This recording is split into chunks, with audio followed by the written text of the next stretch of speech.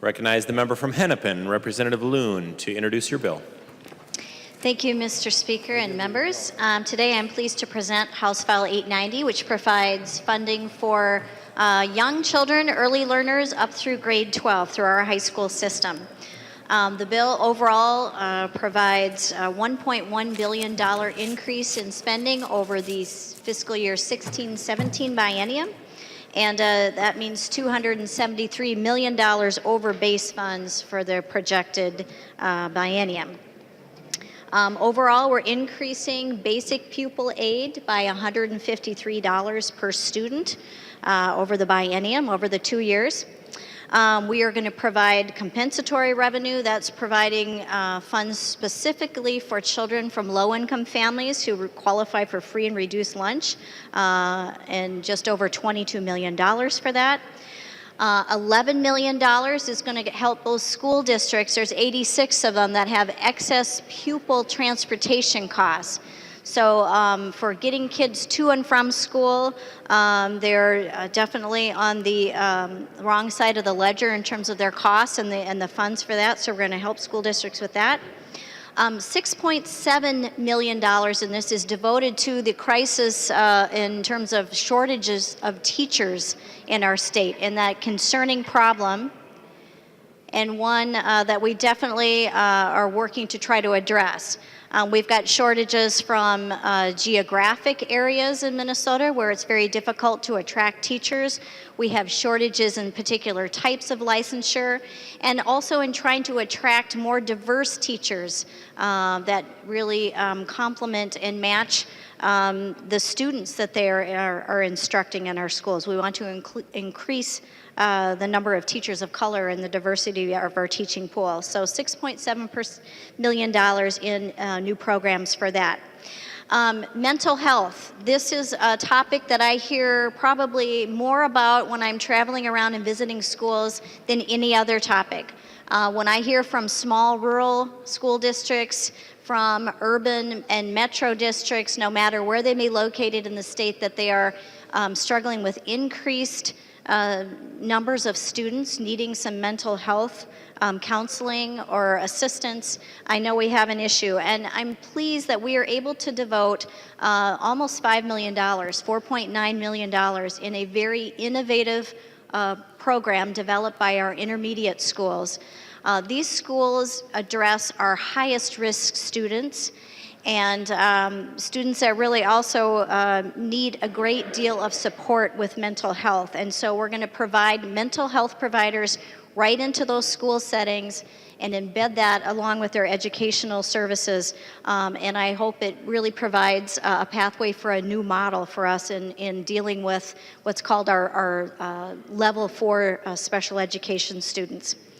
There is $31.1 million in new funding for early learning programs, 20% increase in early learning scholarships, a 12% increase in school readiness, including an expansion of school readiness dollars to charter schools. They have not been eligible for that funding in the past, and we are extending that to charters in this. There is also a $1 million increase in ECFE. So just a few other highlights on some of the things in the bill. We do repeal the governor's voluntary pre-K pilot program, which was rolled out last year. It's actually in the schools, a limited number of schools, 74 right now. But what we do is we replace that funding with equal amounts of school readiness. And it's important to note that school readiness, something that all school districts have, but these 74 will get those pre-K dollars replaced. School readiness is a much more flexible statute, much more flexible program for schools to provide these early education learning experiences. So those 74 schools can continue operating their program as they currently do if they wish, or they would have the flexibility to make some changes if that suits the young learners in their area. We do propose the closure of the Perpich Center for the Arts Agency and transfer the core function of arts outreach and education in a new division within the Department of Education. We would devote $400,000 to that effort to make sure that there are arts experts who are providing outreach to all of our schools. That's something that hasn't been happening recently from Purpose, which is one of their missions. So we want to make sure that that mission is reinvigorated and continued. We also would convey the Crosswind School, which was part of the East Metro Integration effort and district, and is currently under the direction of Purpose. We would transfer that to a school that would be district that would be really more able and capable of running the Crosswind School. We do reduce testing by removing the state mandate for all schools to offer the ACT and SAT to all students, but we would make sure that funding is available for all low-income students to take either the ACT or SAT, it would be their choice, to make sure that the cost of those college entrance exams would not be a barrier to a low-income student for taking that test. We established a new Director of Early Learning and Development to provide much-needed oversight and coordination over our early learning programs. It's really kind of a good problem to have when we now have hundreds of millions of dollars in various programs and funding streams going into making sure we are preparing at-risk young children to be ready for kindergarten. But as these programs have sprung up, there's really been a lack of oversight in terms of knowing how families or programs may be braiding or combining these various funding streams, and to knowing how many of those may be going to an individual child. These are questions we need to be able to answer so that we can know how best to invest in the future for maximum efficiency and reaching all of the children who need these excellent services. And with that, I think I will allow our chair of the Education, Innovation, and Policy Committee to tell you more about the policy provisions of the bill. She will yield. Representative Erickson. Thank you, Mr. Chair and members. The intent of the Committee on Education, Innovation, Policy this session was to restrain ourselves so that we could give districts and charter schools an opportunity to catch up. As many of you know, we've added a lot of policy, some of it mandated in the past few sessions, and it's always good when we allow our school districts and charters to take a breath and get more acclimated to all these new policies that we've created.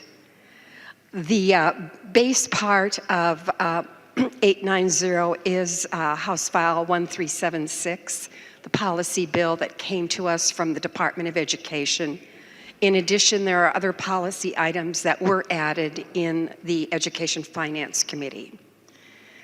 Members, in Article 1, probably the highlight is a legislative study group to review Minnesota's school finance system and to make recommendations that are more equitable and efficient for our districts and charters. In Article 2, a new creation that allows online instruction during inclement weather. We also have the addition of Aaron's Law.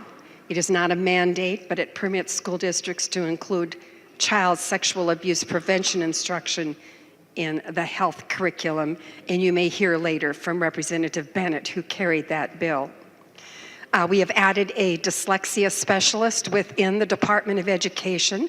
Very important, as we know, we have more and more children who are diagnosed with dyslexia, and it's a very vast spectrum, and so it's important that we have a specialist in the department. We have Representative Thiessen's definition or clarification of the definition of cultural competency. We have Representative Loon's removal of the gag rule on PSEO so that now institutions can advertise to families and students that they can take college credits while in high school, and that cost will be covered by the state. I had a provision that codified the innovation pilot projects that have been in session law for some time. Representative Lee qualified in his bill that students who are under the age of 22 still qualify for early middle college. Members, this helps our new citizens to the United States and to Minnesota as they're learning English and working to earn their high school diplomas. We have updated the FIED standards so that they are now in line with what is across the nation. The Society of Health and Physical Educators, SHAPE, has determined what those standards would be, and they've been adopted from the National Association of Sport and Physical Education. We also make it so that students in non-public schools are eligible for bilingual and multilingual seals. That's policy that we adopted about 4 years ago. We also have a better definition for concurrent enrollment, and we clarify that charter schools must qualify, or comply, I should say, with the Pupil Fair Dismissal Act. Finally, in Article 2, we also have legislative approval required for the state's ESSA plan, which, as you know, the department is working very hard to create.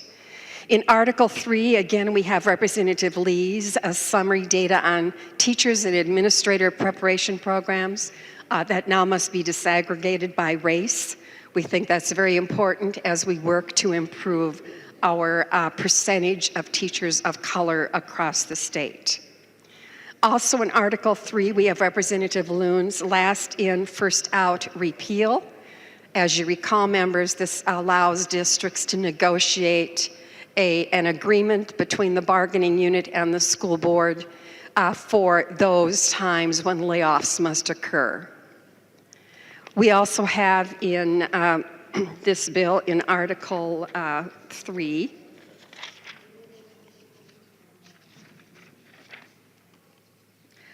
the expansion of Grow Your Own. When you hear this term, members, think about the fact that within our school districts, we now have programs that can develop teachers on site. And we think this is exciting for paraprofessionals, parent volunteers who may want to pursue this. This was Representative Fenton's bill, and it's going to help us a great deal, I think, in expanding our teachers. As you heard Representative Loon note, we have a teacher shortage. We have the expansion of the Q program from Representative Poston and additional funding from Representative Fenton for the Principals Academy. In Article 4, we have a couple of provisions from Representative Thiessen. This is the special education section of law, and the training that it will now clarify how special education teachers serving on IEP teams deal with cultural competency. We also have Representative Thiessen's bill allowing third-party billing for qualifying services that include required special education evaluations. There's also a provision of mine that's included for the department to study the use of assistive technology, which, as many of you know, is very important to our special needs students and young adults. And we think it's a high time that we learn from the department how extensive assistive technology is used in our school districts. In Article 5, a new provision, again coming from Representative Thiessen, that directs the Commissioners of Health and Education to develop a model plan requiring school districts to accurately and effectively test lead in water in our public school buildings. In Article 6, we have Representative Krisha's school district allowed to contract for school service food service vendors for up to 4 years. And members, I think other than Article 10, in which we have Representative Jessup's provision that would remove a name brand in reference to our GED and replace it with high school equivalency. That's a pretty comprehensive policy bill, but I believe that it's holding districts and charters harmless, that we are not going to expect them to have to do too many or any new things so that they can get used to the standards and the testing of the standards and to the new ESSA plan. I mean, there's going to be a lot on their plates regardless of what we do. But thank you, Representative Loon, for letting me present the policy provisions. The member from Freeborn, Representative Bennett. Thank you, Mr. Speaker. And members, first I'd like to say a big thank you to Chair Loon and Chair Erickson for all their work in this, the committee staff as well, and members on both sides of the aisle. It's been a real pleasure to work together this whole year in committee. We heard many, many good bills and good programs. I would like to highlight two specific components in this bill that I'm especially fond of and are near and dear to my heart. And one of them is a program called Reading Corps. And I had a lot of experience with this while teaching elementary school in Albert Lea. Reading Corps is a program that comes in and helps children who are struggling with reading, young children between kindergarten and third grade. What I especially love about this program is it's very cost effective. It has high fidelity in the way they run this program. It's run very, very well. And it's also evidence-based and data-driven, which we all know education programs especially should have those characteristics. So I'm happy to see some funding in our bill for that program. The other one that I would like to mention, which as I studied the subject that Aaron's Law concerns, I was happy to hear about Aaron's Law, but it was very, very disheartening and saddening to learn about what's happening in our country with basically what I would call a silent epidemic that we are experiencing, and that's the sexual abuse of our young children. I'm not sure, members, if you're aware that there's a national study that shows that 1 in 5 girls and 1 in 20 boys are victims of sexual abuse. And it's something that we unfortunately do need to deal with. It's incredibly, obviously, difficult for those children, and it affects them for their entire life. So I'm happy to see that Aaron's Law is in this bill. What Aaron's Law does is teach personal safety or personal body safety once a year in the schools. It's an encouragement, as Representative Erickson said. It's not a mandate. But this gives children the ability to speak up and tell somebody if they are being abused. It tells them to know the difference between good touch and bad touch, good secrets and bad secrets, and it gives them a voice. Again, not a mandate, but an encouragement. 1 hour a year to give our children a voice. So I honestly think this is one of the best components in this bill among many other good ones, because I really think it's going to make a huge difference for our young people. And thank you for having this in the bill. So looking forward to hear more about the bill. Thank you. The member from Meeker, Representative Erdahl. Thank you, Mr. Speaker and members. I'd like to just highlight one item that is included in the bill, and that is the creation of a legislative study group to review Minnesota's school finance system and make recommendations to make it more equitable and efficient.